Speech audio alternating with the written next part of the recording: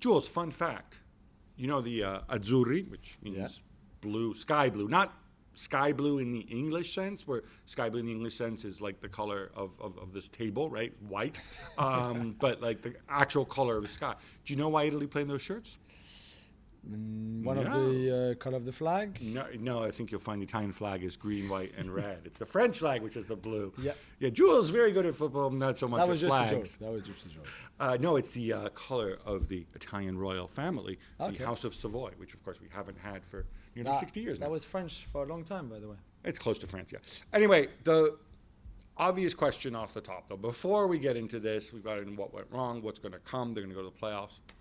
Can I just give a little bit of applause? Because so many people contact us, oh, I hate international breaks. This sucks. This is terrible. Oh, I want club football, right? Okay, fine, but we have to play these qualifying games for the World Cup. It's important. In terms of drama, this whole qualifying campaign, which they had to cram in with the triple header and so on, and now we've got the playoffs coming up, I thought this was actually full of drama. Now, yeah, it was a good stuff. If you're a little Englander and you're like, oh, we just beat San Marino 10-0, it's fine. Yeah, great. You still have those odd games where it's completely... You do, but there were there's 55 countries in UEFA. Only 2 had qualified before the final round of games, or the final sort of doubleheader, final break. Only 5 had qualified heading into the last games. Yeah. Portugal, it's the second half of the final game. That's when they lost out on top spot, and shout out to Serbia who did it. Italy as well, second half of the final game. There's a lot of cases like this, Croatia and Russia as well. I thought this is pretty good. Yeah, it's really good. It was good in Europe. It's good in CONCACAF, in CONMEBOL, where you still have places up for grabs that teams can miss out, big teams like Uruguay, like Chile. So I think it's been good. I have an issue with San Marino getting battered all the time, and maybe for really small countries there might be another way of doing it. I don't know, having their own league first and then the top teams of that can take part in the whole qualifiers. I don't know, but I thought it was great. I love those last games that will tell you who qualifies. I thought it was brilliant. And you realize how much it means to the players. Northern Ireland and Bulgaria, of course, were playing Switzerland. Northern Ireland were playing Italy. They had nothing to play for other than pride, those fans, those shirts. Yeah, right? Windsor Park. Absolutely nothing. Really made no difference. And yet, they went out there, they gave everything. Bulgaria too, I know they lost 4-0 and they got battered, but it was 0-0 at halftime. Yeah, they were defending as if they were going to be, relegated to Neptune or something, right?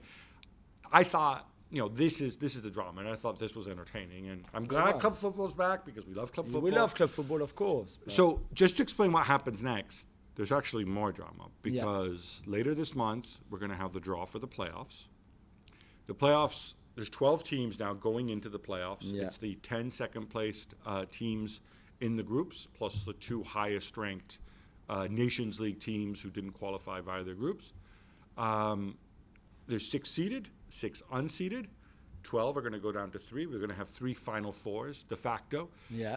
And the higher seed team plays at home.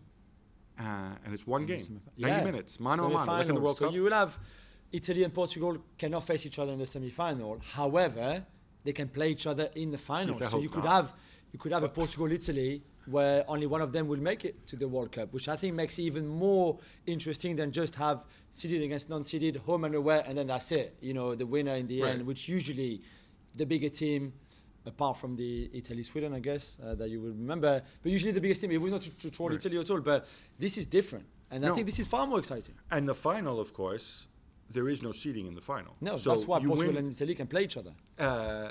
Not just that, no, but I'm saying is you don't have the highest seed. There's no advantage in there's no seeding in terms of home field advantage. Oh, yeah, no, sorry. So Portugal could get to the final and they could play Northern Macedonia in Macedonia. Yeah, exactly. Or, play...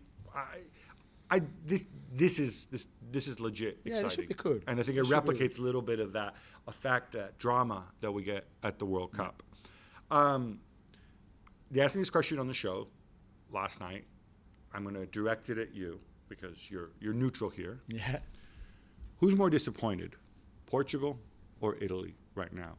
Who pooped the bed more? Oh, it has to be Italy.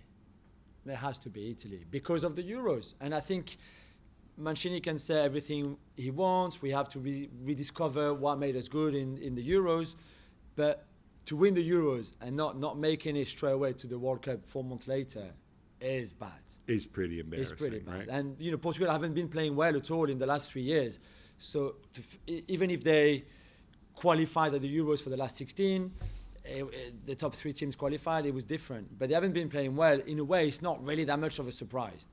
However, for Italy, the fall from winning the Euros and being the best team in Europe to not being amongst the 13 best in Europe after being unbeaten for so long is bad. I totally agree over the qualification. On the night, I think it was probably Portugal because they were there and they conceded those 2 goals. Yeah. Whereas for Italy on the night, Northern Ireland, it was still possible if they scored 3 goals, but that was never going to happen. They could still be playing now. Had far more they would have never injuries scored 3 goals. Then Portugal had pretty much, apart from Pepe, the strongest 11 that the useless manager could have picked, which was not the case for Mancini.